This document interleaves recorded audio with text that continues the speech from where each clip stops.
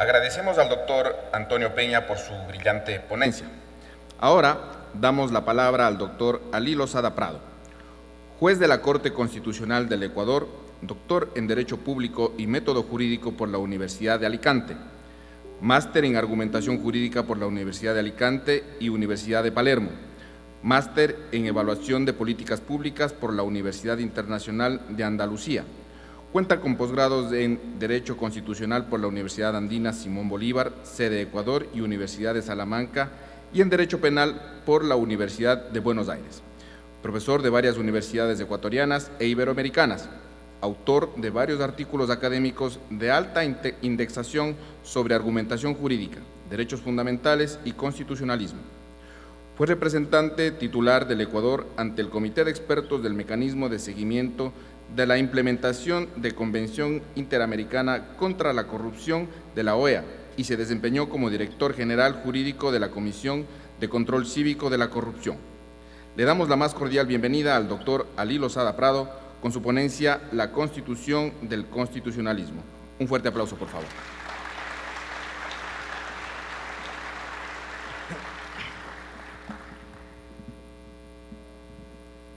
Tengan todos y todas un muy buen día.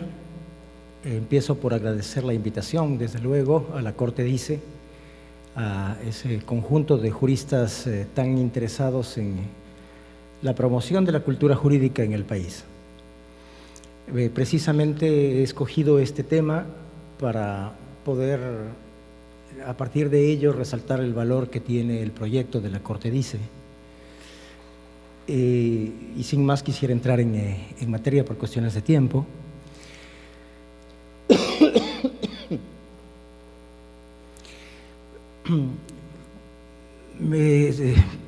Analizando el eslogan, ¿no? o la marca, la Corte dice, uno puede preguntarse por qué escogieron hablar de lo que dice la Corte y no la Constitución dice. Claro, uno podría decir, ¿por qué lo uno y no lo otro? ¿Por qué es importante o quizá lo más relevante para el proyecto hablar de lo que dice la Corte y no de lo que dice la Constitución? Y yo creo que eso tiene que ver, esa es mi tesis en esta presentación breve. Yo creo que eso tiene que ver con que es un proyecto que se inserta en lo que conocemos como Estado constitucional o constitucionalismo entendido como Estado constitucional. Y quiero recalar un poco en este concepto, observando lo siguiente, que cuando nosotros hablamos de constitucionalismo o de Estado constitucional, los empleo ahora como sinónimos, tenemos la tentación de pensar que eso significa, un Estado constitucional es, sin más, un Estado con un documento constitucional. En nuestro caso, hoy por hoy, la Constitución de Montecristi. Y eso conceptualmente es equivocado, si es que definimos como Estado constitucional lo que normalmente se conoce como constitucionalismo. Porque si fuese un Estado constitucional, sin más, un Estado con un documento constitucional, Ecuador vendría siendo Estado constitucional desde 1830. Y eso parece que va en contra de la evolución histórica de nuestras instituciones, claramente, claramente. Y por eso quizá venga a cuento recordar aquel caso que es muy conocido, del Ecuador del siglo XIX finales, en el que se juzgó en la Corte Suprema de Ecuador un caso en donde estaba siendo acusado un coronel insurgente liberal porque había cometido el delito de sedición. Y resulta que para la época la ley que regía el delito de sedición era una ley que lo castigaba con pena de muerte. Sin embargo, una ley, la Constitución, perdón, vigente en aquel entonces, la ley era preconstitucional, prohibía la pena de muerte, prohibía la pena de muerte. Entonces la Corte Suprema de Ecuador tenía que resolver si es que aplicaba o no aplicaba la ley que castigaba con la pena de muerte el delito de sedición.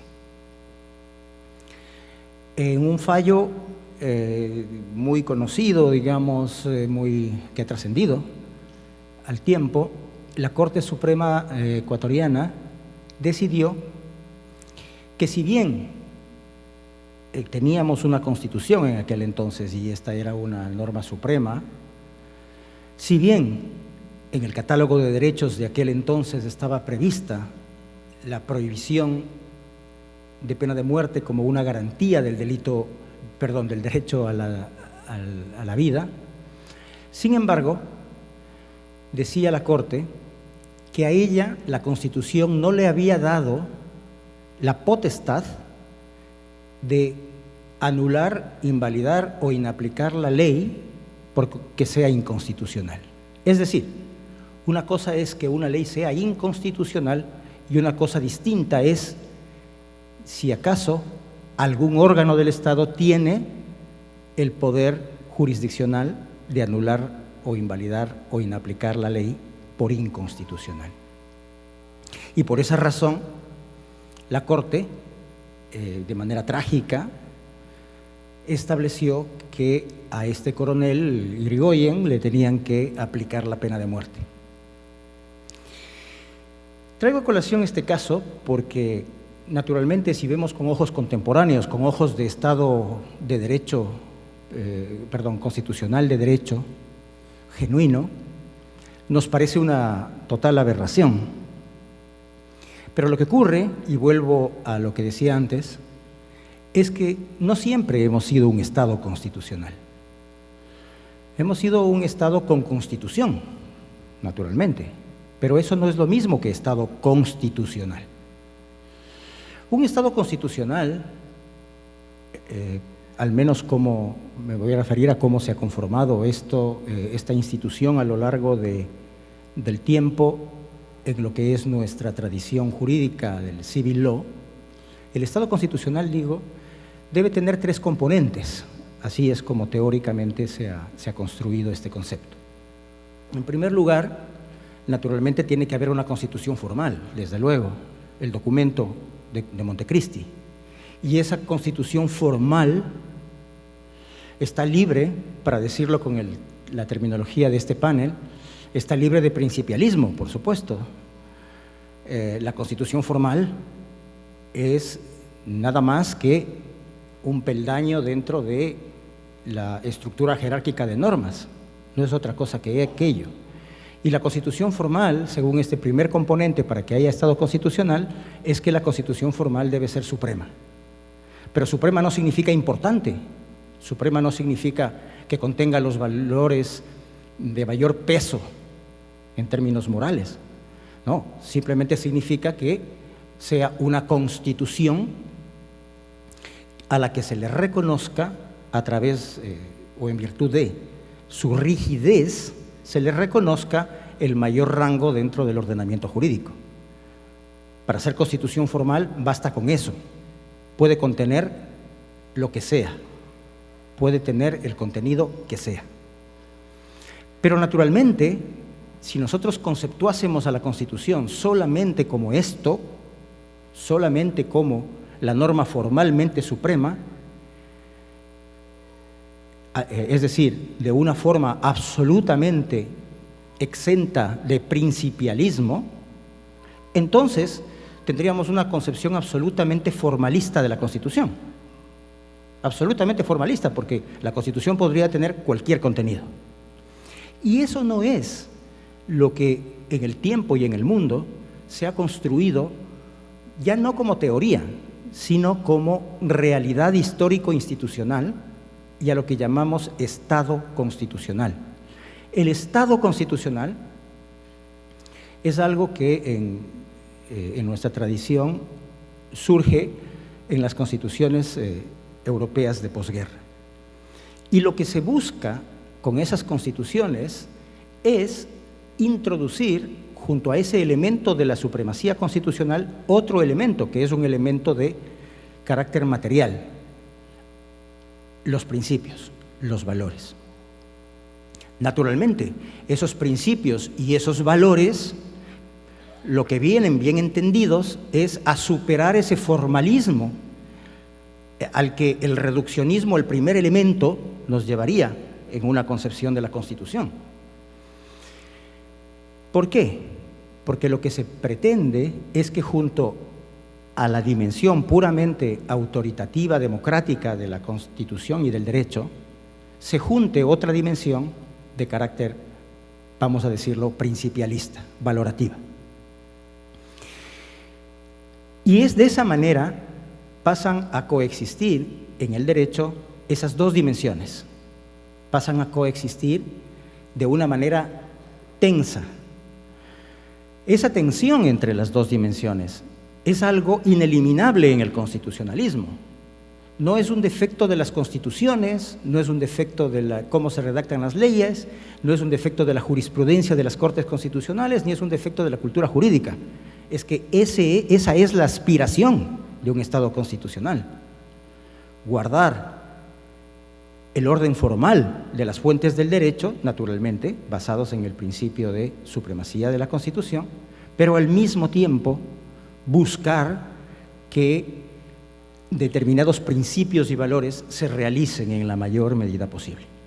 Ahora, esa realización en la mayor medida posible no puede ser de cualquier manera. No es que cada agente del Estado, y mucho menos todos los ciudadanos, se conviertan en justicieros que comiencen a ponderar los principios y hacer realidad el paraíso en la tierra. No, esa es una deformación al que ha llevado una cierta concepción en Latinoamérica que se ha autodenominado neoconstitucionalista. Pero eso es una deformación.